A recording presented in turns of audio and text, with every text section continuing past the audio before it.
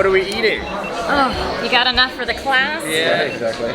Do you mind guys talking about your characters in the show, the setting? Yeah. My character is Ethan.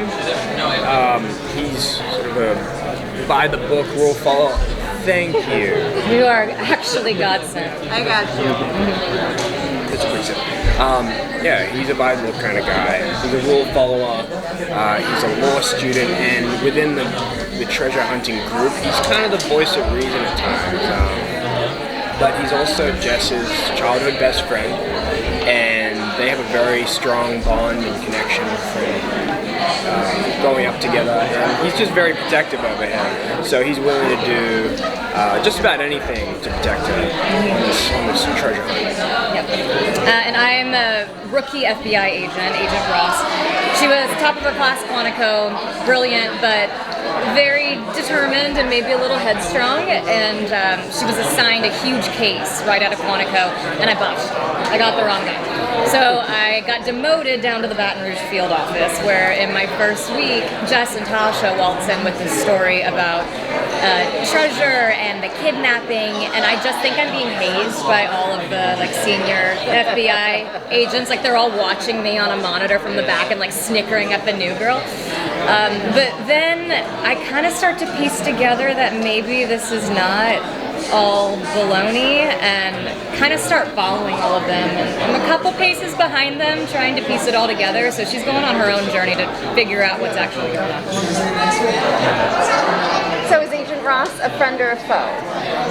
So there's an arc there, because in the beginning, like I said, I don't take them seriously. They're two teenagers who just waltzed into the FBI with a possible treasure relic. But she does have this great journey of maybe she's going to start helping them. Maybe she actually believes them. So we kind of get to see that happen through the season. Yeah. I'm a big fan of the movies. How do if so, how do the movies inform the show? We're 20 years later, the same characters exist. Many of them pop up in our show. We reference them. And we keep that spirit of National Treasure going, but as opposed to 2 movies, you get 10 mini-movies, because we're doing a whole series. And the pace is there. It's a very pacey show, and as soon as you start, you just got to strap in because you're on a ride, and it's just been a really fun story to tell. Fun treasure hunt. And National Treasure is all about those big set pieces, those action set pieces, right? And we deliver one of those in every single episode, so it's really fun. Yeah.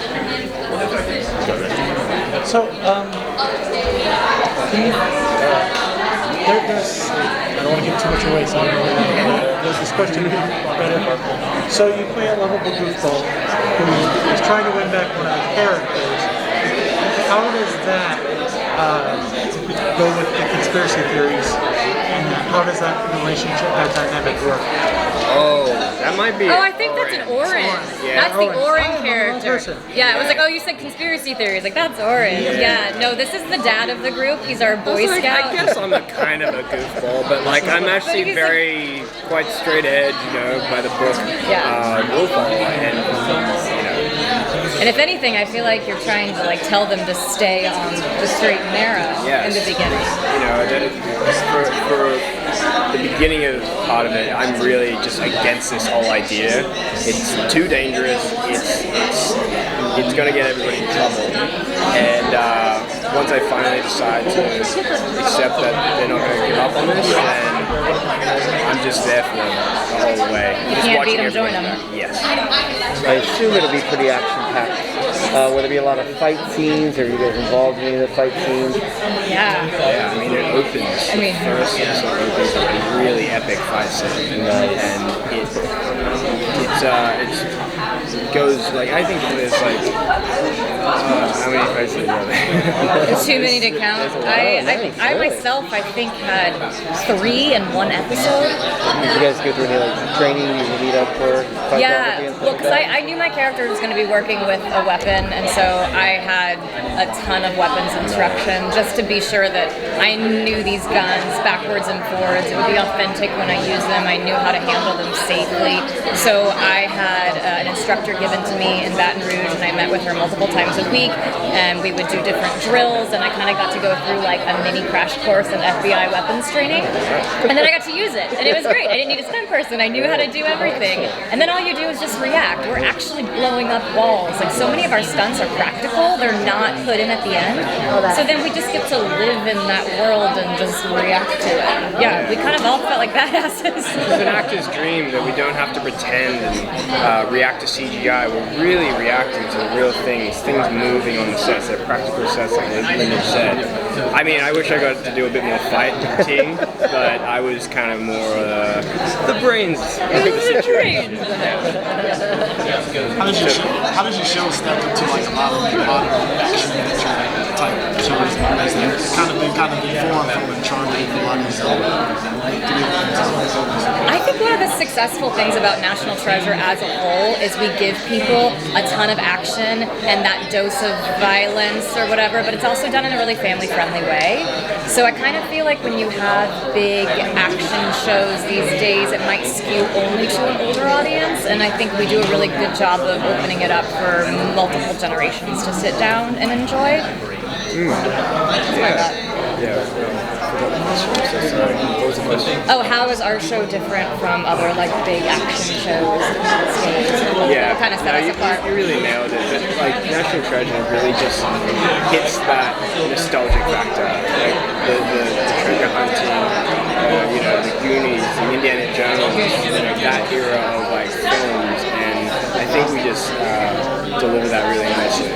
They actually all had a nickname on the show, all the kids finding the treasure. We called them the Scoobies because a lot takes place in this van. So like they were the Scoobies. So there's like a built-in nostalgia thing, even in all the nicknames. Exactly. It's just, band of friends that just like have their own different personalities and quirks, and it's just a real team effort. Yeah, everyone's a piece to the puzzle.